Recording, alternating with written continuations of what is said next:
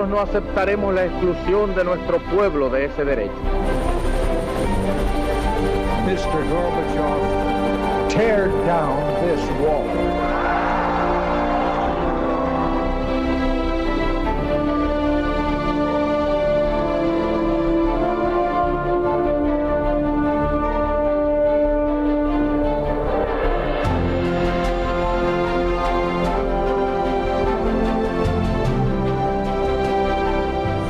Señoras y señores, bienvenidos a Tiempos Modernos.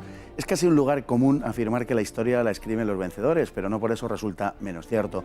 El caso que hoy nos ocupa es paradigmático al respecto, porque a estos efectos Gran Bretaña es una vencedora en la construcción del relato histórico y España una derrotada. El personaje del que hoy hablamos, Blas de Lezo, ha sido durante siglos preterido en la narración histórica. Vamos a explicar por qué. Vasco, nacido en Pasajes en 1689, de una familia de marinos en la que uno de sus abuelos había sido capitán de su propio galeón.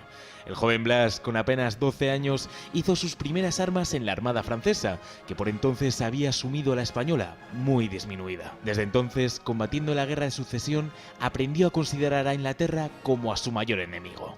En agosto de 1704, con apenas 15 años, participó en el combate de Málaga, en el que una flota hispano-francesa derrotó a otra anglo-holandesa, y en la que Blas de Lezo perdió la pierna izquierda, que le fue amputada sin anestesia alguna, a causa de una bala de cañón. Su valor en combate le valió el ascenso al alférez y acceder a un estatus social privilegiado.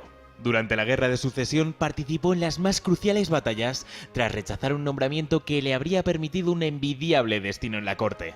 Prefirió combatir a los ingleses, contra los que ideó un método artillero que consistía en lanzarles material incendiario que hacía arder sus buques. Al poco, sin embargo, perdería el ojo izquierdo defendiendo la fortaleza de Santa Catalina de Tolón. Terminada la Guerra de Sucesión, fue enviado al Caribe y al Pacífico en 1716, donde rindió extraordinarios servicios limpiando aquellas inmensas extensiones de agua salada de piratas y enemigos. En América contrajo matrimonio, pero también se enemistó con el virrey del Perú, que no quería invertir más en mantener la flota, pese a que era esencial para mantener la seguridad del continente. De Lezo consideró abandonar la marina, pero el secretario José Patiño no se lo permitió. Ya era una leyenda viva. Así que fue destinado al Mediterráneo y participó con gran éxito en la expedición de Orán. El modo de luchar de Blas de Lezo era inteligente, tratando siempre de obtener el máximo provecho de las circunstancias y de sus posibilidades. Fue un verdadero maestro en este arte, pero también era valeroso en extremo, lo que demostró en numerosas ocasiones sin arredrarse jamás ante una fuerza superior o más poderosa. Ambas cualidades, su osadía e inteligencia, llamaron siempre la atención de sus hombres, de sus superiores y de sus enemigos. En 1741, situado al frente de la defensa de Cartagena de Indias, Blas de Lezo tuvo que hacer frente a la más imponente escuadra británica jamás reunida hasta la Segunda Guerra Mundial. El objetivo era Cartagena de Indias, centro neurálgico de América. El almirante Edward Vernon había sido designado al frente de una expedición que, se confiaba en Londres, habría de apoderarse del corazón del Imperio Español. Tanta era la confianza en la superioridad inglesa que se habían acuñado monedas conmemorativas de la gran victoria, en las que se leía "El orgullo español humillado por Vernon". La derrota fue completa, pero a Blas de Lezo le costó la vida. Unas astillas, consecuencia de un cañonazo del enemigo, se le clavaron en un muslo y en una mano, y la infección no pudo ser contenida. Su muerte le hubo de resultar tanto más amarga por cuanto se produjo en medio de unas agrias desavenencias con el gobernador de Cartagena de Indias, que había hecho todo lo posible para desacreditarle. Menos de 20 años después, Carlos III entregaba a Blas Fernando de Lezo, el primogénito del almirante, el marquesado de Obieco, en reconocimiento a los merecimientos de su padre, uno de los héroes más grandes de la historia de España. Don Agustín Rodríguez, muy bienvenido. Muchas gracias, buenas tardes. Un placer, como siempre, tenerle, porque además del hecho de tenerle, significa que vamos a hablar de temas que normalmente son muy gratos. Bueno, la figura de Blas de Lezo, la verdad es que hasta tiempos muy recientes ha estado para el gran público bastante oculta. Solo muy recientemente se le ha reivindicado. Sí, yo creo que porque la atención se ha centrado más, lo que respecta al siglo XVIII, más a los héroes de Trafalgar, por la gran novela de Galdós, y por otro lado también a los grandes hombres que están a la vanguardia de la ciencia española en el siglo XVIII, que muchas veces son marinos, como Jorge Juan, como Balmis, el de la Vuelta al Mundo de la Vacuna, como Félix de Azara, el mentor de Darwin, todos los grandes marinos ilustrados. Y entonces, la primera mitad del siglo, que es también la menos conocida, la peor documentada, ha pasado un poco desapercibida, al menos para el conocimiento general de la gente. Bueno, la persona de Blas de Lezo está ligada a una familia de marinos, algo muy frecuente en la historia de España, en la historia de la Marina de España. No tiene nada de particular ni de extraño, pero sí que hay tradiciones familiares en la Marina española, que hay que decir que en ese siglo XVIII, además, formó una de las marinas más poderosas del mundo y más exitosas de su tiempo. Sí, bueno, no tenía nada de extraño porque don Blas de Lezo nace en Guipúzcoa, en Pasajes, al lado de San Sebastián, y ahí desde la Edad Media la tradición era marinera en todos los sentidos, desde la Edad Media. Y bueno, hay constancia documental de que abuelos, tíos, padre y tal fueron capitanes y tal, tanto en el aspecto mercantil como en el pesquero, como en el de guerra, que entonces no estaban tan claramente separados durante mucho tiempo. La misma persona podía desempeñar una función u otra. Desde la pesca de la ballena, cuando todavía había ballenas en el Cantábrico, y muchas, hasta subir hasta Islandia a pescar bacalao, hasta ir hasta el Báltico de comercio, era lo lógico porque era la salida normal, y por eso hay esa enorme tradición de marinos vascos en toda la Edad Media, vamos, desde Elcano, Legazpi, todos los que queramos. Y ya por terminar en el siglo XVIII, pues el mismo Churruca, por ejemplo. Ciertamente. Bueno, él participó en la Guerra de Sucesión y comenzó ahí su carrera de combates contra los ingleses, que no terminó hasta el mismo día de su muerte. Sí, y era de esperar. Blas de Lezo nace en 1689, justo en los albores de un cambio de época, cuando queda muy poquito para que muera Carlos II, y con él el último de los Austrias españoles, y allá el relevo dinástico con los Borbónes y tal. Y también eso supone un vuelco en las alianzas. Hasta entonces el gran enemigo había sido Francia, y ahora, con la unión dinástica entre Francia y España durante el siglo XVIII, la pugna va a ser entre la potencia emergente, que es Inglaterra, y las monarquías no siempre aliadas de Francia y de España. Bueno, en la guerra la guerra de sucesión, perdió el ojo izquierdo, la pierna izquierda, y le quedó inútil también el antebrazo derecho en origen, y bueno, lógicamente hizo prácticamente toda su carrera así porque los perdió en fecha muy temprana. Bueno, lo asombroso es que sus padres, era el cuarto de 10 hijos, y claro, pues le iba a tocar muy poco de la herencia por la idea de que fueran los mayores los que le daran. Entonces sus padres le encaminaron, entonces era la potencia hegemónica, a estudiar en Francia.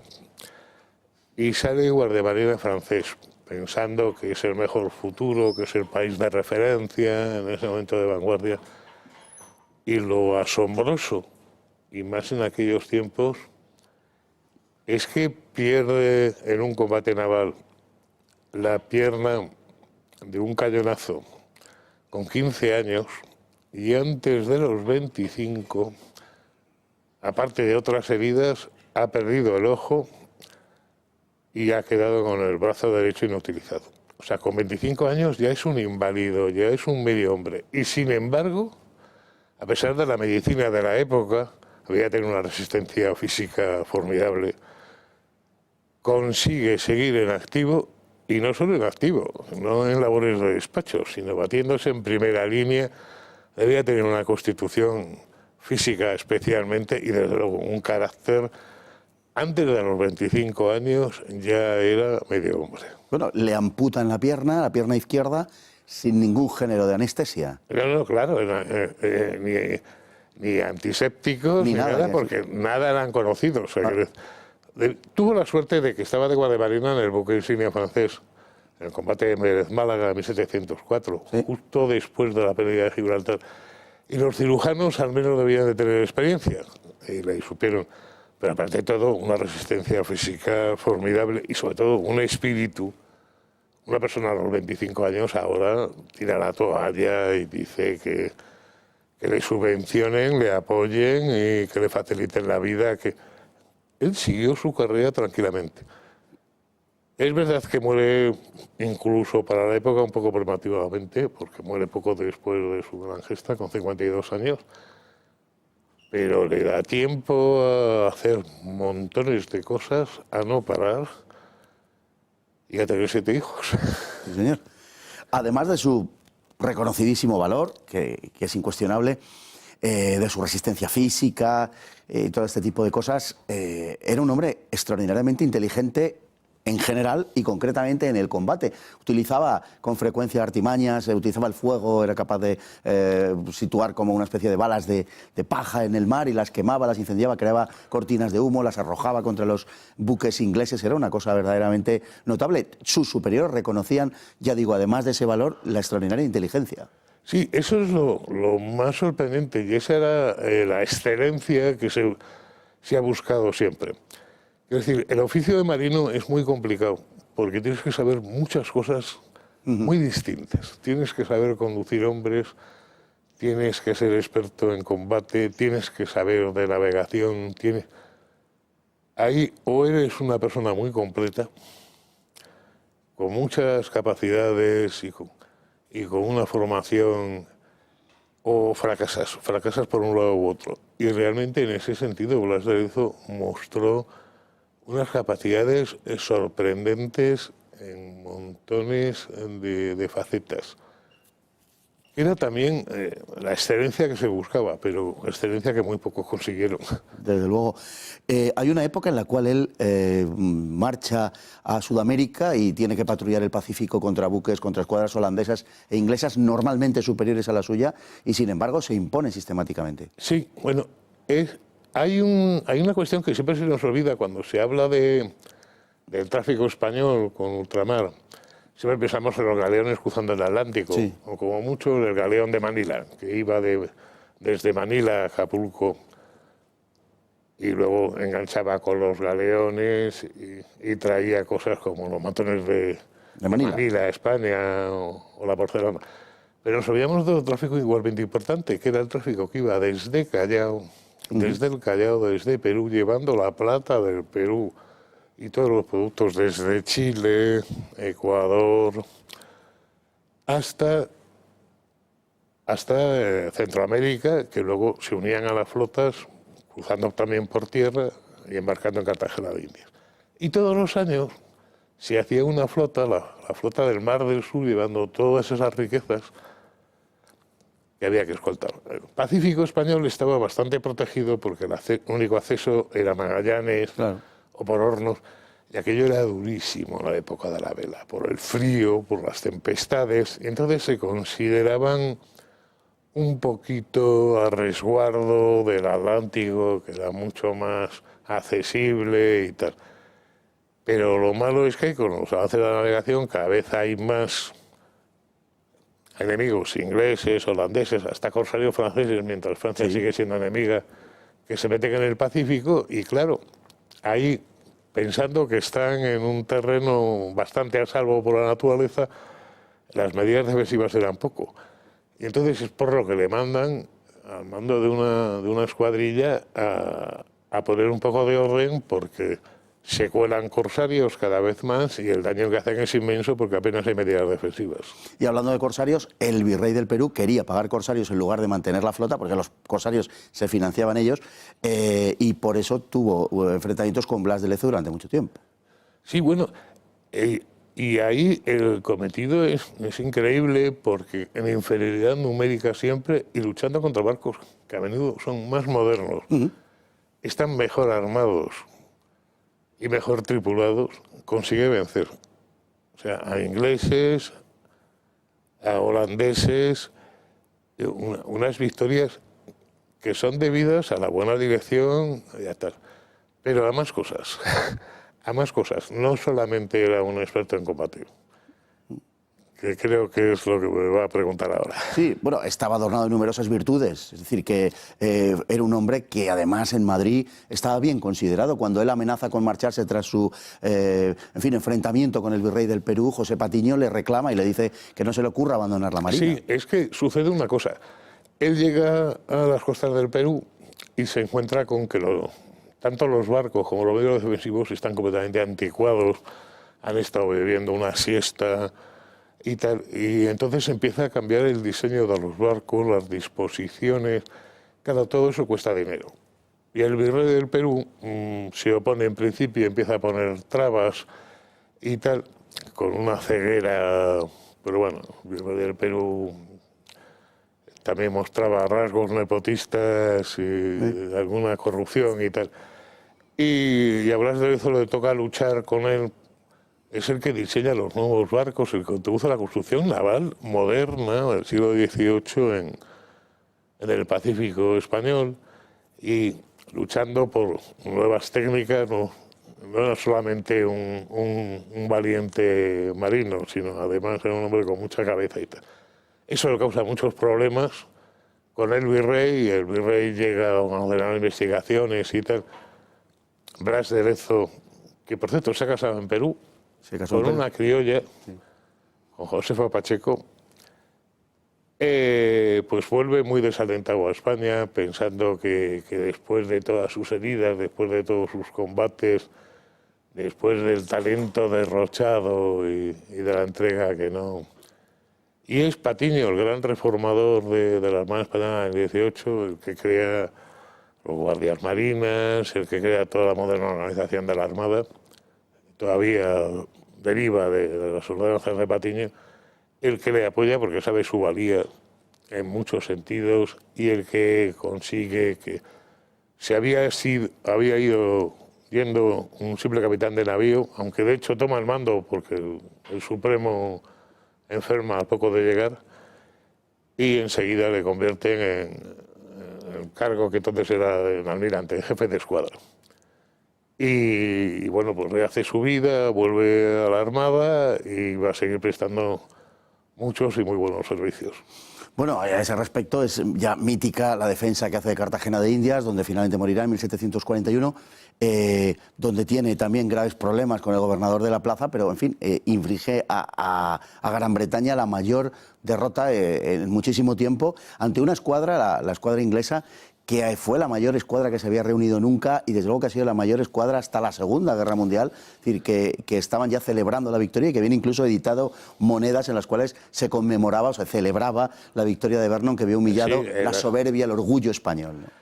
En las monedas salía el almirante inglés, Vernon, que por cierto sigue teniendo algunos lugares con su nombre en Estados Unidos, y a sus pies, arrodillado, pidiendo clemencia, Blas de Lezo, que fue una de las errores de la propaganda más grandes.